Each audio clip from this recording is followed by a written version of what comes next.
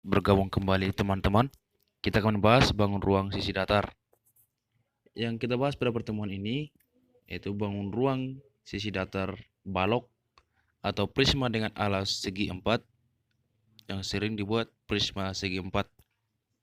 Yuk, next kita akan membahas ciri-ciri atau sifat-sifat bangun ruang sisi datar balok. Ini dia gambar sebuah balok. Dari sini kita akan melihat apa aja sifat-sifat balok, yaitu yang pertama mempunyai 8 titik sudut. Yuk, mari kita tunjukkan bersama-sama titik sudutnya.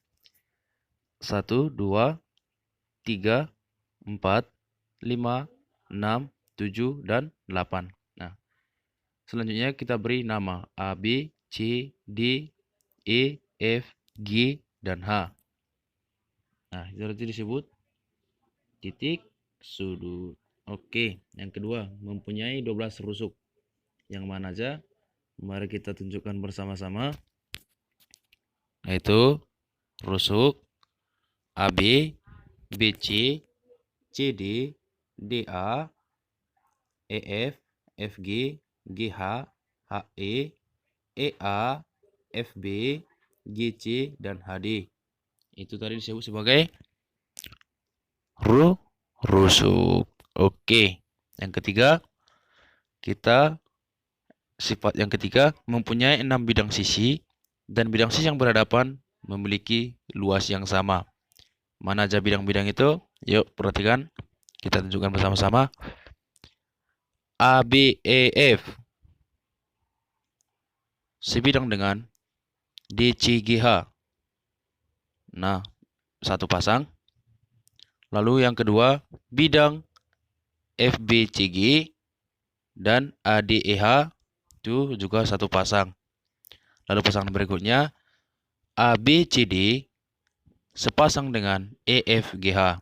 Nah, jadi balok itu mempunyai 3 pasang sisi atau bidang yang sama. Yuk, next. Kita akan belajar jaring-jaring balok. Ini dia.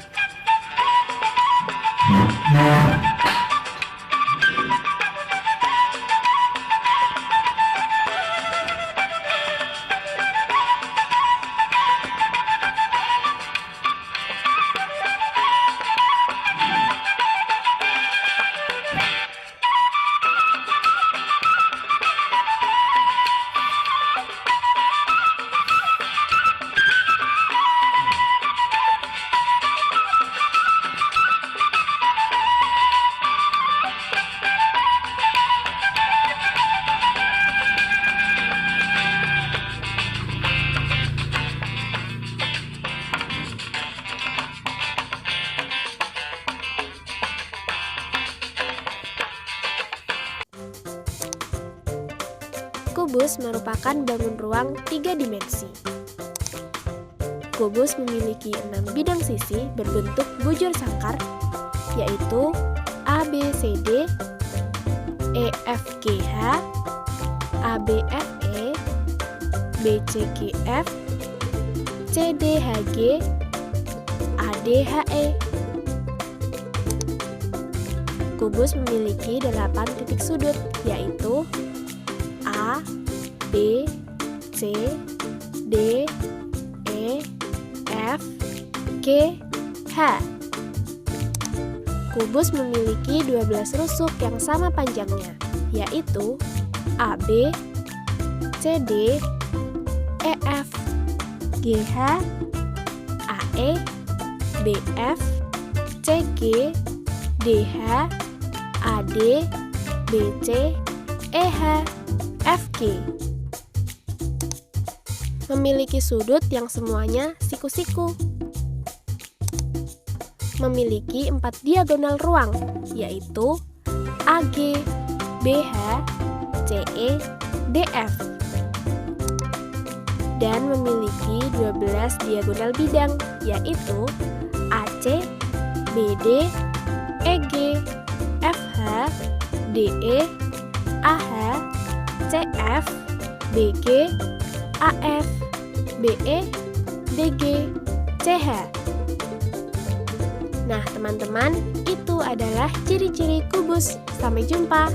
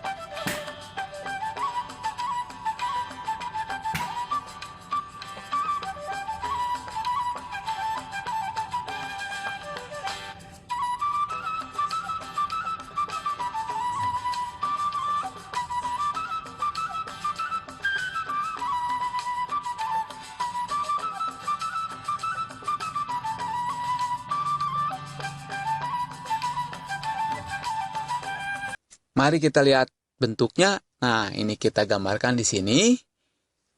Kalau didefinisikan, prisma segitiga adalah bangun ruang yang dibentuk oleh alas dan tutup identik berbentuk segitiga dan sisi-sisi tegak berbentuk persegi atau persegi panjang. Nah, ini ada.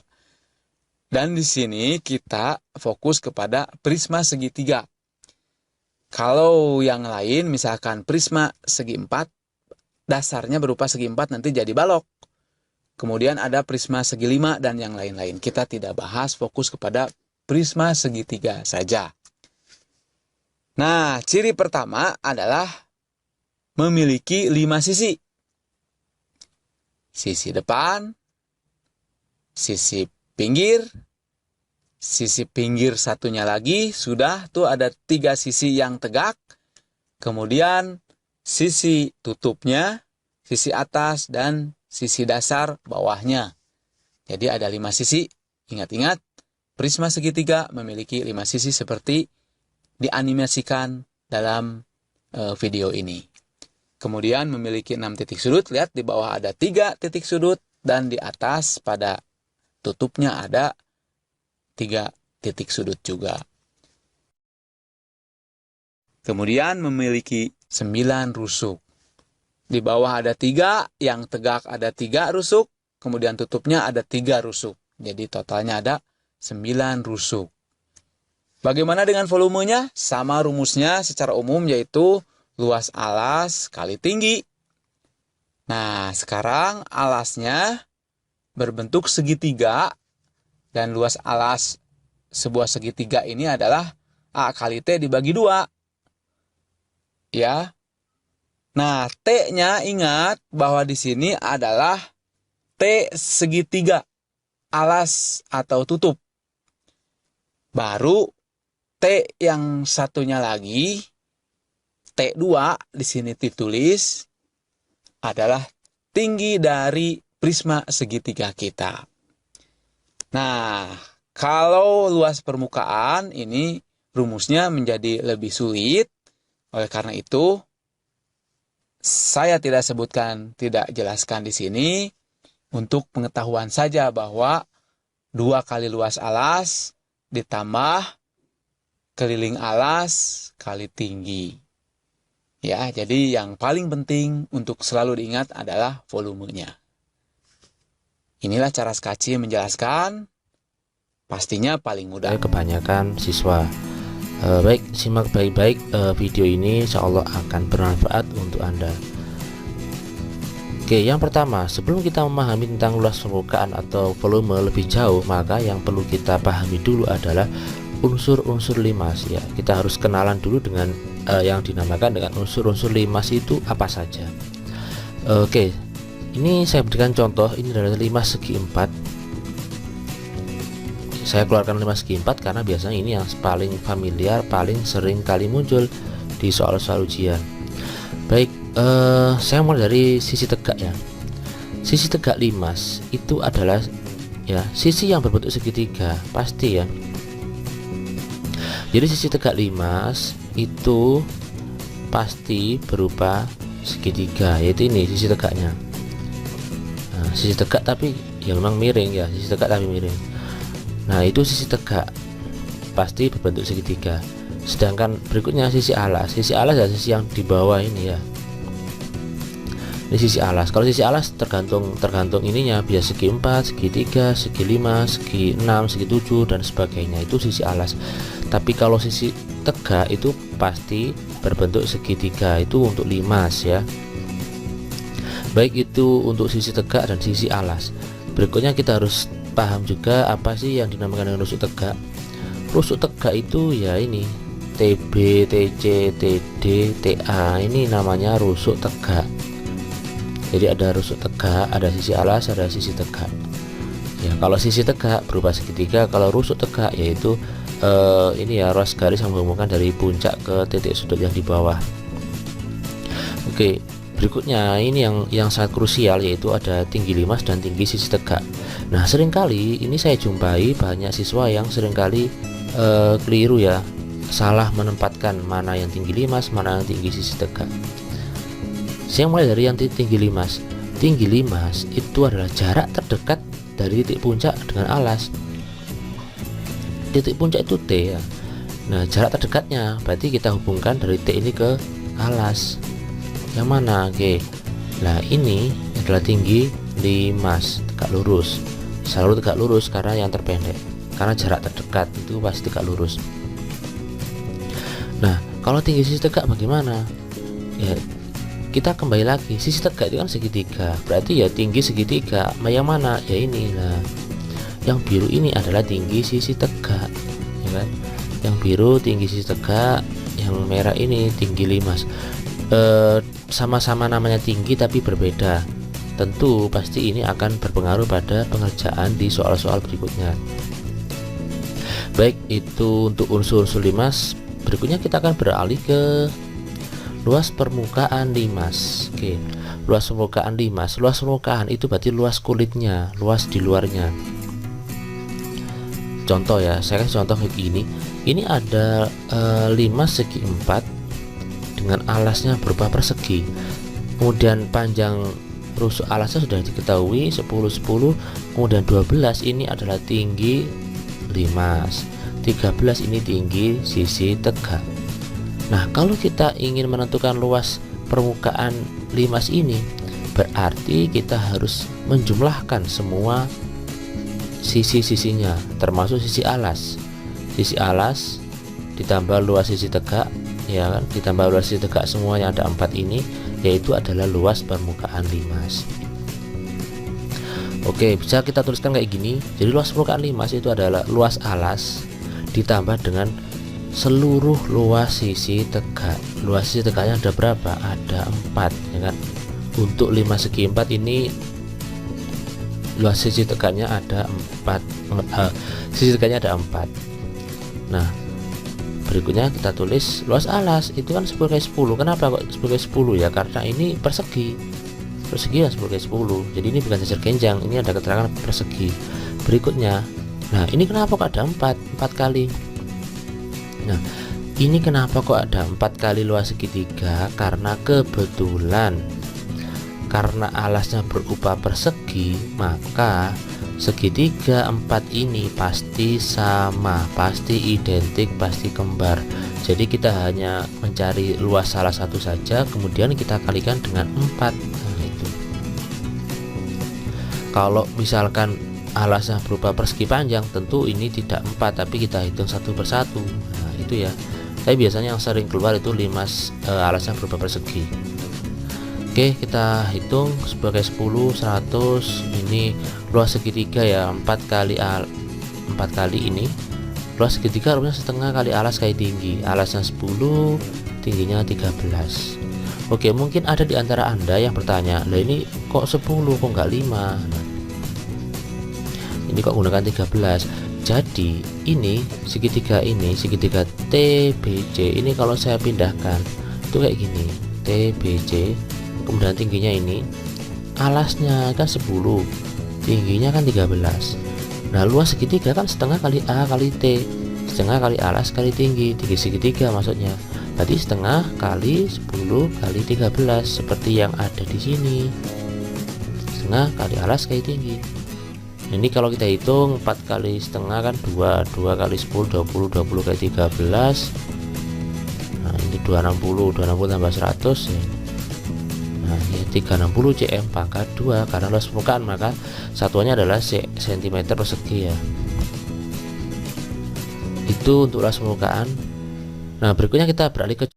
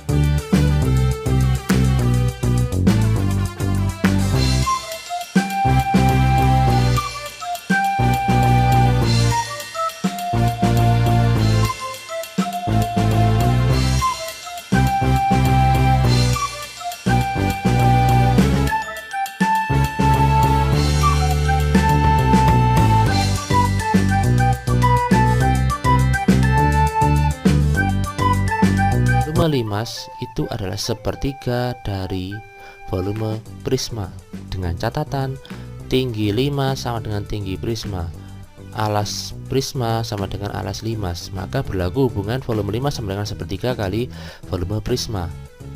Sedangkan kita tahu volume prisma itu adalah rumusnya luas alas kali tinggi, berarti bisa kita tuliskan seperti ini. Nah, ini adalah rumus volume limas ya, sepertiga kali luas alas kali tinggi. Keterangan LA itu luas alas, T itu tinggi limas, bukan tinggi sisi tegak. Hati-hati. Hati-hati ya, ini memang seringkali menjebak. Oke, contoh, nggak betul kalau nggak ada contohnya. Contoh nomor 1, tentukan volume limas yang luas alasnya 120 cm persegi dan tingginya 8 cm. Nah, di sini nggak ada gambarnya, ya kan? Tapi sudah ada luas alas, sudah ada tinggi. Ya udah, kita masukkan karena ada luas alas, ada tinggi. Kita masukkan aja. Sepertiga kali luas alas kali tinggi. Berarti sepertiga kali 120 kali 8 kan, kayak gini. Kemudian 3 dengan 120 kita bisa bagi ya. 12 bagi 3 kan 4 ya, berarti 40 kali 8 320 ya, 320 cm kubik. Jadi volume satuannya pangkat 3 ya. Kenapa? Nah, ini kalau bisa kita lihat satuannya kan ini cm pangkat 2 dikali cm pangkat 1, jadinya cm pangkat 3. Itu asalnya ya.